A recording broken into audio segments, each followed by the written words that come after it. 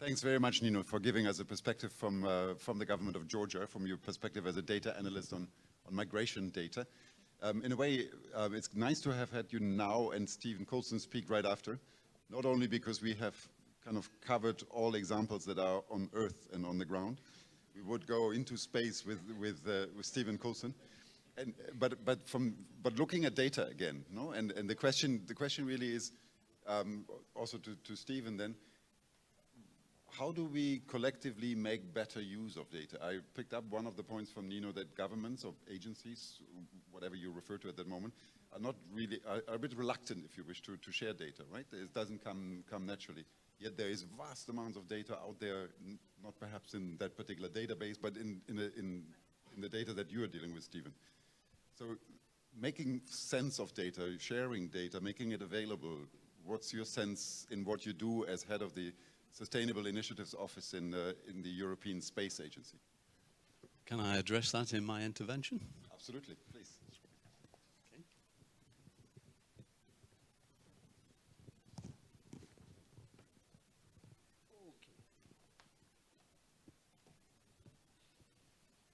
So, thank you very much, UNDP, for the invitation to come here.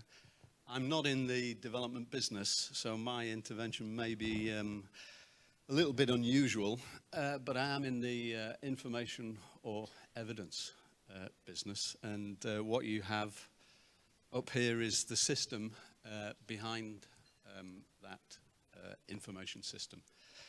And if you'll allow me just one self-congratulatory remark, our director refers to this as the most ambitious, comprehensive and complete space Earth observation program in the world. And he's right, there's nobody doing this on this scale at the moment. The missions, you have them there in their entirety. On the right-hand side, we are doing the most operational application of Earth observation, which is meteorology. That took the best part of 25 years to fully integrate into weather forecasting, but that's done on a routine basis. And we continue to develop the new satellite technologies that will be used in the future. On the left-hand side in green, under science, you've got what we call basically the Ferraris of the space business. They're ultra high-tech measuring machines. We're often actually developing the technology along with the mission. It's never been done before. It's pushing the envelope. Just to give you one example, the last mission there, FLEX, which is under development, is going to measure fluorescence that vegetation emits when it photosynthesizes. I didn't even know that vegetation emits fluorescence, let alone we can measure it from space. And it will be doing that globally, and we're doing that because this information is a proxy for the health state of the vegetation. So very soon we'll be measuring global health status. However, what you're more interested in, we think, is the set of missions in the middle. It's called Copernicus, and this is a huge program that we are deploying together with financing from the European Union. It's a 6.3 billion euro investment. It's 24 satellites. There's 7 operating right now. It will become fully operational in 2026. And it's going to do for the environment what the last 25 years has done for meteorology. So it will be an operational source of environmental information on a scale that's never been done before. Indy yesterday made reference to 1 trillion bytes of data as some unimaginable volume that nobody could deal with. The Sentinels at the moment, the 7 satellites, are generating between 2 and 3 trillion bytes of data per day. And when we're fully operational in 2026, we estimate that we'll have generated an archive of 100,000 trillion bytes of data. So also, to give you an example of the scale of this, the Sentinel-2 satellite, which is monitoring the land surface type, the A and B units, 2 satellites operating now, are mapping the entire global land surface at 10-meter resolution every 5 days. That's the complete planet we live on. They've been doing that every 5 days for the last 2 years, and they're going to do that every 5 days for the next 10 to 15 years. So you had a discussion in the wrap-up on operating at scale. So if UNDP want to operate on that sort of scale, this is the type of information available. Now, moving on, if I can move on. Yeah. Just to give you, I won't go through all of the technical details, but just to give you an example, Copernicus is really going to start a new era of monitoring of the environment. It's going to produce a whole range of information at global scale on the land surface, the ocean and marine, and the atmosphere. I'm not going to go through all of those examples, but the message is all of this is coming, and it's coming on a huge scale.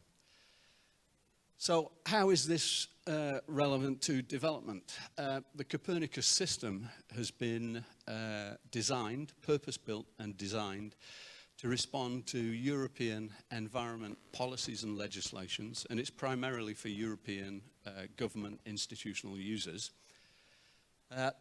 But the system is operating globally, and the people who paid for that system want to see that it's actually not only meeting European needs, but it's delivering global societal good. So I'm looking for organizations that are operating outside of Europe, that are facing huge environmental and social issues and challenges, that can take advantage of this system. And I think UNDP is such an organization, which is why I'm here. We're now in a phase of work here where we've approached 4 or 5 years ago on the development side, the international financing institutions. You can see examples of the partners we've been working with. And we're in a program of work where we've identified 10 thematic sectors. They're listed here. And we're rolling out large-scale demonstrations of what satellite technology can produce and deliver in these specific areas. And this is in support of the programs and projects that these organizations are executing. And we would like to bring UNDP into this game. We also have a longer-term vision. I'm currently in discussions with our member states to try and set up a new program of work that will begin in 2020 when these first demonstrations complete. And the aim of that program of work is really to mainstream and transfer this technology into development aid and assistance as routine best practice source of environmental information. So I won't go through all of those 10 sectors and explain what can be done, but just to give you a flavor, if we take urban, the basic land cover, land use, mapping and change monitoring is being done by Sentinel-2. That's the thing that's doing this every 5 days. And we can use that as a basis for deriving all sorts of specialized and more specific types of information services. And that just gives you an indication of the sorts of things we can do. If you want to find out more about this and the other thematic sectors we're looking to, we have a nice little website with the URL listed there. And what I'd like to finish with is also, we're looking into innovation ourselves. The world in which we live is very rapidly changing at the moment. The space business is undergoing a phenomenal evolution. That's all revolving around the entry of private sector. You've probably heard of Mr. Musk and SpaceX and the private launchers business. Well, the same thing's happening with Earth observation. There are small sats, the spin-in of new technologies from the mobile phone and the industrial business. And, well, we've heard big data, but what we're looking at is trying to bring artificial intelligence, or more specifically deep learning, into going through these huge volumes of data and picking out correlations and patterns that just previously we couldn't pick up before.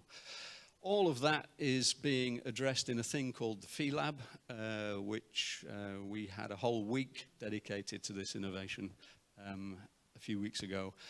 And we'd be also happy to look at some of the more innovative sides of Earth observation together with UNDP. Now, if this works, I'll show a short 40-second video that shows, but far better than I can explain, of what we do in the European Space Agency. And there is audio on this if you turn the volume up. Let's see if we can get it going.